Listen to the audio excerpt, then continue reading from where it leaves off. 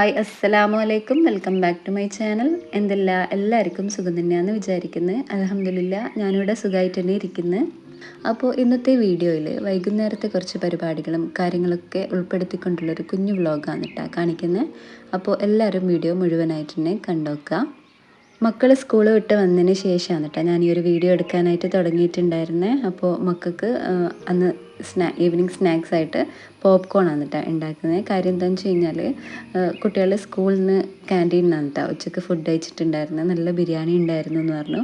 അപ്പോൾ വൈകുന്നേരം കാര്യമായിട്ടൊന്നും വേണ്ട ഉമ്മ പോപ്കോൺ മതി എന്ന് പറഞ്ഞിട്ട് അങ്ങനെ മക്കൾക്ക് പോപ്കോൺ റെഡിയാക്കി കൊടുക്കലാണ്. ഇതുണ്ടാക്കാൻ എല്ലാവർക്കും അറിയുന്ന തന്നെയായിരിക്കുമല്ലേ. സത്യം പറഞ്ഞാൽ എനിക്ക് ആദ്യമൊന്നും അറിയില്ല കേട്ടോ. ഈ ഒരു പോപ്കോൺ ചോളാപ്പൊരി ഉണ്ടാക്കുന്നതെന്ന് എനിക്ക് ആദ്യമൊന്നും അറിയണ്ടായിരുന്നില്ല. അപ്പോൾ അറിയാത്തവർക്ക് വേണ്ടിയിട്ട് ഞാനൊന്ന് ജസ്റ്റ് പറയാം. ഒരു പാത്രത്തിലേക്ക് ഓയിലോ ബട്ടറോ ഇട്ട് കൊടുക്കുക. അത് ചൂടായി വരുമ്പോൾ നമ്മൾ ചോളയില്ലേ, നമ്മൾ മുഴുവനായിട്ടുള്ള ചോളം, അത് ഷോപ്പിലൊക്കെ വാങ്ങാൻ കിട്ടും കേട്ടോ. അതിട്ട് കൊടുക്കുക. എന്നിട്ട് അതിലേക്ക് കുറച്ച് ഉപ്പും പിഞ്ച് മഞ്ഞൾപ്പൊടിയും ചേർത്തിട്ട് അടച്ചു വെക്കുക കേട്ടോ. അപ്പോൾ നല്ലോണം പൊങ്ങി പൊട്ടി വരുന്നതായിരിക്കും കേട്ടോ. നല്ല രസമാണ് അത് കാണാൻ തന്നെ. അപ്പോൾ എൻ്റെ ചോളാപ്പൊരി ഇവിടെ റെഡി ആയിട്ടുണ്ട്. ഇനി ഇതൊരു പാത്രത്തിലേക്കിട്ട് കുട്ടികൾക്ക് കൊടുക്കലാണ് കേട്ടോ. അപ്പോൾ കുട്ടികൾ അവിടെ റിലാക്സ് ആയിട്ട് ഇത് തിന്നിട്ടുണ്ടായിരുന്നേ. അപ്പോൾ വൈകുന്നേരം വന്നിട്ട് കുട്ടികൾക്ക് കുറച്ച് റെസ്റ്റ് ഉണ്ടാവാൻ, സ്കൂളിൽ നിന്ന് വിട്ട് വന്നിട്ട് അങ്ങനെ കുറച്ച് റെസ്റ്റ് എടുക്കലും കാര്യങ്ങളൊക്കെ കഴിഞ്ഞിട്ടാണല്ലോ പിന്നെ മഗ്‌രിബിന് ശേഷം ഖുർആൻ ഓതലും പഠിപ്പും കാര്യങ്ങളൊക്കെ സ്റ്റാർട്ട് ചെയ്യുക. അപ്പോൾ അങ്ങനെ അവരവിടെ ചോളാപ്പൊരി തിന്നുകൊണ്ടിരിക്കുന്നുണ്ട്. പിന്നെ എനിക്ക് മുറ്റത്ത് കുറച്ച് പണിയുണ്ടായിരുന്നു കേട്ടോ. ഞാനത് ഉണ്ടാക്കി കുട്ടികൾക്ക് കൊടുത്തതിന് ശേഷം നേരെ മുറ്റത്തേക്ക് വരിക ചെയ്തിട്ടുണ്ടായിരുന്നു. ഈ ഒരു ഭാഗത്തുള്ള പുല്ലുണ്ട് നല്ലോണം വളർന്നിട്ടുണ്ട് കേട്ടോ. മഴയായി കഴിഞ്ഞതിൻ്റെ ശേഷം ഇതൊന്നും കട്ട് ചെയ്തിട്ടേ ഉണ്ടായിരുന്നില്ല. അപ്പോൾ ഇന്ന് വൈകുന്നേരം കുറച്ചൊരു മഴ ചോർച്ചയുണ്ട് കേട്ടോ. അപ്പോൾ ആ ഒരു സമയത്ത് വേഗം തന്നെ ആ ഒരു പുല്ല് കട്ടിങ്ങും കാര്യങ്ങളൊക്കെ ചെയ്യാമെന്ന് വിചാരിച്ചിട്ട് മുറ്റത്തേക്ക് വന്നിട്ടില്ല. പിന്നെ തലേന്ന് വൈകുന്നേരം നല്ല മഴ പെയ്യുന്ന സമയത്തിലെ ഉള്ളിൽ ഇൻഡോറിലുണ്ടായിരുന്ന ചെടികളൊക്കെ എടുത്തുനിന്ന് മുറ്റത്തേക്ക് വെച്ചിട്ടുണ്ടായിരുന്നു. അപ്പോൾ അവർ നല്ല ഹാപ്പി ആയിട്ടുണ്ട്. മഴ നന്നായിട്ട് നനഞ്ഞിട്ടുണ്ട്. ഇതൊക്കെ ഒന്ന് ഉള്ളിലേക്ക് എടുത്തുകൊണ്ട് വെക്കണം. അപ്പോൾ ഇടയ്ക്ക് നമ്മൾ ഇൻഡോറിലുള്ള പ്ലാന്റ്സ് ഒക്കെ ആണെങ്കിലില്ലേ മഴ കൊള്ളിക്കുന്നത് നല്ലതാണ്. അപ്പോൾ അങ്ങനെ മഴ കൊള്ളിച്ചതിന് ശേഷം പിന്നെ ഇതെല്ലാം എടുത്തിട്ടൊന്ന് ഉള്ളിലേക്ക് വെച്ച് കൊടുക്കുന്നുണ്ട്. ഇപ്പോൾ കുറച്ച് ദിവസമായിട്ട് നല്ല മഴയല്ലേ, തോരാത്ത മഴ എന്ന് വേണമെങ്കിൽ പറയാം. നല്ല മഴ തന്നെയാണ് കേട്ടോ. അപ്പോൾ മഴയില്ലാത്ത അവസരങ്ങളാണെങ്കിൽ വൈകുന്നേരം എന്തായാലും മുറ്റത്തിറങ്ങാൻ വേണ്ടിയിട്ട് ശ്രമിക്കാറുണ്ട് കേട്ടോ. എനിക്ക് ഭയങ്കര ഇഷ്ടമാണ് വൈകുന്നേരം ഇങ്ങനെ മുറ്റത്തിറങ്ങി എന്തെങ്കിലും ഒന്ന് ചെയ്യുക. ചിലപ്പോൾ ഒരു പണിയും ഉണ്ടാവില്ല. ചെടിക്ക് വെള്ളം നനയ്ക്കണ്ട, മുറ്റടിക്കണ്ട, മുറ്റം ക്ലീനിങ് ഇല്ല, ചെടി കട്ട് ചെയ്യലില്ല, ഒന്നും ഇല്ലെങ്കിലും വെറുതെ മുറ്റത്തിറങ്ങി ചെടികളൊക്കെ ഒന്ന് നോക്കി വെറുതെ ഇങ്ങനെ അങ്ങോട്ടും ഇങ്ങോട്ടും നടക്കാൻ വേണ്ടിയിട്ട് ഭയങ്കര ഇഷ്ടമാണ് കേട്ടോ എനിക്ക്. അപ്പോൾ എൻ്റെ ഇൻഡോറിലുള്ള ചെടികളെല്ലാം ഒന്ന് അതിൻ്റെതായ സ്ഥാനത്ത് സെറ്റാക്കിയിട്ട് വെച്ചിട്ടുണ്ട്. ഉള്ളിലാണെങ്കിലും പുറത്താണെങ്കിലും ചെടി ഇങ്ങനെ കാണുമ്പോൾ എനിക്ക് ഭയങ്കര ഒരു സന്തോഷമാണ് കേട്ടോ. പുറത്തുള്ള ചെടി ഇപ്പോൾ പറയാൻ വേണ്ട. കാര്യം എന്താണെന്ന് വെച്ച് കഴിഞ്ഞാൽ മഴയല്ലേ, മഴയാണ്ട് വലിയൊരു കെയറിങ്ങും കാര്യങ്ങളൊന്നും കൊടുക്കലില്ല. ഉള്ളിലത്തെ ചെടി ഇതുപോലെ ഹെൽത്തി ആയിട്ട് കൊണ്ടുപോകാൻ ശ്രമിക്കാറുണ്ട് കേട്ടോ. അപ്പോൾ എൻ്റെ ഉള്ളിലുള്ള ചെടികളെല്ലാം കൊണ്ടുവച്ചതിന് ശേഷം ഞാനിതാ ഈ ഒരു ഭാഗത്തുള്ള പുല്ലൊന്ന് കട്ട് ചെയ്തെടുക്കട്ടെ. അപ്പോൾ എൻ്റെ പണിയുടെ നടന്നുകൊണ്ടിരിക്കട്ടെ. അതിനിടയിലായിട്ട് നമുക്ക് കുറച്ച് കാര്യങ്ങളെ പറ്റി പറഞ്ഞാലോ. നിങ്ങൾ കേട്ടിട്ടുണ്ടാവില്ലേ അധികം ആൾക്കാരും പരാതി പറയുന്നത് ഒന്നിനും നേരമില്ല, ഒന്നിനും സമയമില്ല, വീട്ടിലുള്ള പണികൾ വൈകുന്നേരം വരെ എടുത്തിട്ടും കഴിയുന്നില്ല, എന്താ പറയുക, ഒന്ന് ഫോൺ വിളിക്കാൻ പോലും നേരമില്ല എന്നൊക്കെ പറയുന്നവരെ പറ്റി നിങ്ങൾ കേട്ടിട്ടുണ്ടാവില്ലേ. അതിൽ ചില സമയത്തെങ്കിലും ഞാൻ നിങ്ങളെല്ലാം പെട്ടിട്ടുണ്ടാവും. പഠിച്ചോൻ ഈ ലോകത്ത് എല്ലാവർക്കും ഒരേപോലെ ഈക്വലായിട്ട് നൽകിയ ഒരേ ഒരു സംഭവമാണ് കേട്ടോ നമ്മുടെ സമയം എന്ന് പറയുന്നത്. എല്ലാവർക്കും 24 മണിക്കൂർ തന്നെയുള്ളൂ, അതിൽ കൂടുതലായിട്ടൊന്നുമില്ല. അതെല്ലാവർക്കും അറിയുന്ന പരമമായൊരു സത്യം തന്നെയാണ്.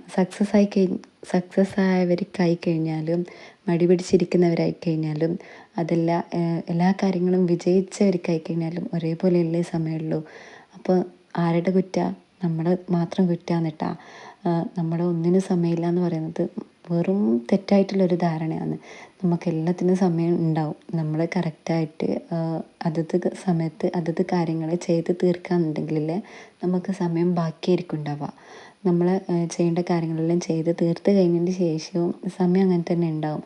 ചെയ്യേണ്ട കാര്യങ്ങൾ പ്രോപ്പറായിട്ട് അതത് സമയത്ത് ചെയ്ത് തീർക്കാനായിട്ട് ശ്രദ്ധിക്കുക. ഇത് ഞാൻ വലിയ സംഭവമായതുകൊണ്ടോ അല്ലെങ്കിൽ വലിയ ആളായതുകൊണ്ടൊന്നും പറയുന്നില്ല കേട്ടോ. ഞാൻ ചില സമയത്തില്ലേ മടി കണ്ടുപിടിച്ച് തന്നെ ഞാനായിരിക്കും. അങ്ങനത്തെ തോന്നലെല്ലാം ഉണ്ടാവും എനിക്ക്.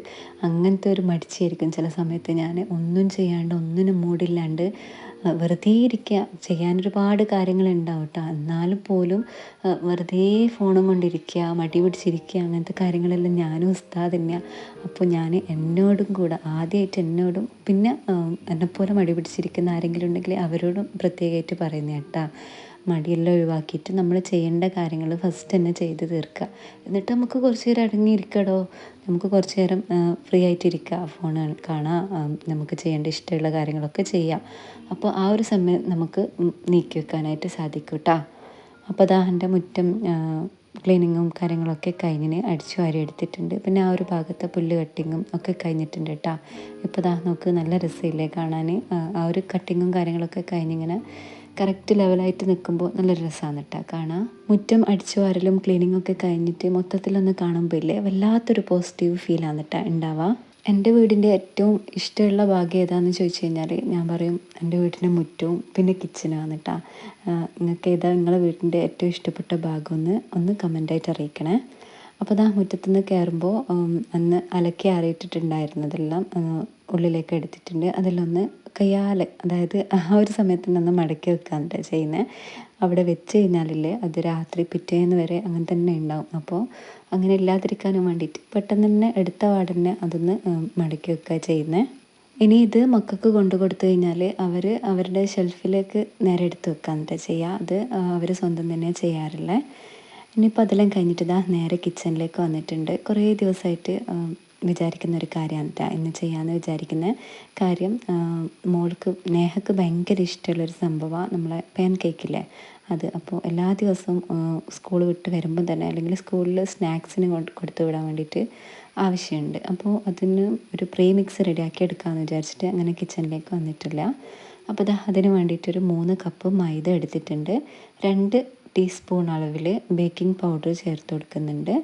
പിന്നെ ഒരു 1/4 ടീസ്പൂൺ അളവിൽ ഉപ്പും കൂടെ ചേർത്ത് കൊടുക്കുക. എന്നിട്ടിത് നല്ലോണം ഒന്ന് അരിച്ചെടുക്കണം. നല്ലോണം ഒന്ന് മിക്സ് ചെയ്തതിന് ശേഷം അരിച്ചെടുക്കുക.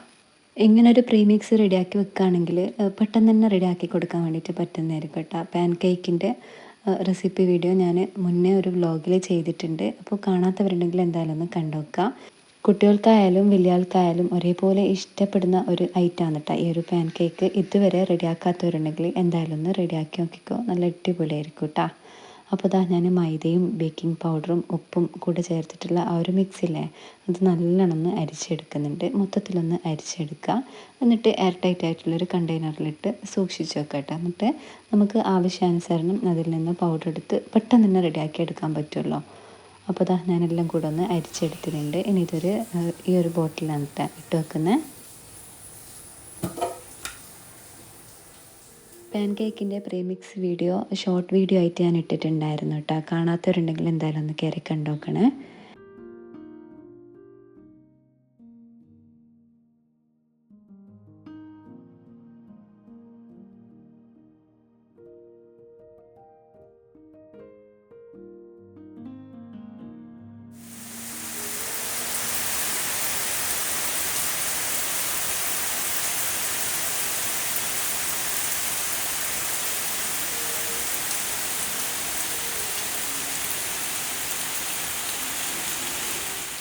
അങ്ങനെ വൈകുന്നേരം ആകുമ്പോഴത്തേക്ക് നല്ല മഴ പെയ്തിട്ടുണ്ടായിരുന്നു കേട്ടോ. പിന്നെ സിറ്റ് ഔട്ടിലിരുന്ന് മഴയെല്ലാം ആസ്വദിച്ചതിന് ശേഷം ഉള്ളിലേക്ക് വന്നിട്ട് ലൈറ്റ് ഇടലും പിന്നെ ഏകദേശം മഗ്‌രിബിൻ്റെ സമയമായിട്ടുണ്ടല്ലോ. പിന്നെ ഡോറടക്കലും ജനൽ ക്ലോസ് ചെയ്യലും എന്താ പറയുക കർട്ടൻ താഴ്ത്തലും അങ്ങനത്തെ പരിപാടികളൊക്കെ ചെയ്തെടുക്കലാണ്. പിന്നെ ഊത് കത്തിക്കലും കൂടെ ഉണ്ട് കേട്ടോ. എൻ്റെ ആദ്യമുള്ള വ്ലോഗെല്ലാം കാണുന്നവർക്ക് അറിയുന്ന തന്നെയായിരിക്കും. ഊതൊത്തി ചന്ദനത്തിരിയില്ലേ അത് കത്തിക്കും, അല്ലെങ്കിൽ ഊത് കത്തിച്ച് വെക്കും കേട്ടോ. അപ്പോൾ അങ്ങനെ അതെല്ലാം കഴിഞ്ഞിട്ടുണ്ട്. പിന്നെ മഗ്‌രിബ് വാങ്ങി കൊടുത്തതിന് ശേഷം വേഗം പോയിട്ട് മഗ്‌രിബ് നിസ്കരിക്കുന്നുണ്ട്. മഗ്‌രിബിൻ്റെ നേരത്തും പിന്നെ സുബഹി നിസ്കാരത്തിൻ്റെ ശേഷം ആ ഒരു ഊത് കത്തിച്ച് വെക്കുക അല്ലെങ്കിൽ ചന്ദനത്തിരി കത്തിച്ച് വെക്കുക എനിക്ക് ഭയങ്കര ഇഷ്ടമുള്ളൊരു പരിപാടിയാണ് കേട്ടോ. നല്ലൊരു പോസിറ്റീവ് ഫീലാണ് ഉണ്ടാവുക. പിന്നെ ഇല്ലേ നമ്മൾ എന്ത് തിരക്കിനിടയിലായിരിക്കഴിഞ്ഞാലും എത്ര തിരക്ക് പിടിച്ച പണിയായി കഴിഞ്ഞാലും നമ്മൾ 5 നേരത്തെ നിസ്കാരം ഒഴിവാക്കാതിരിക്കാനായിട്ട് ശ്രദ്ധിക്കുക കേട്ടോ.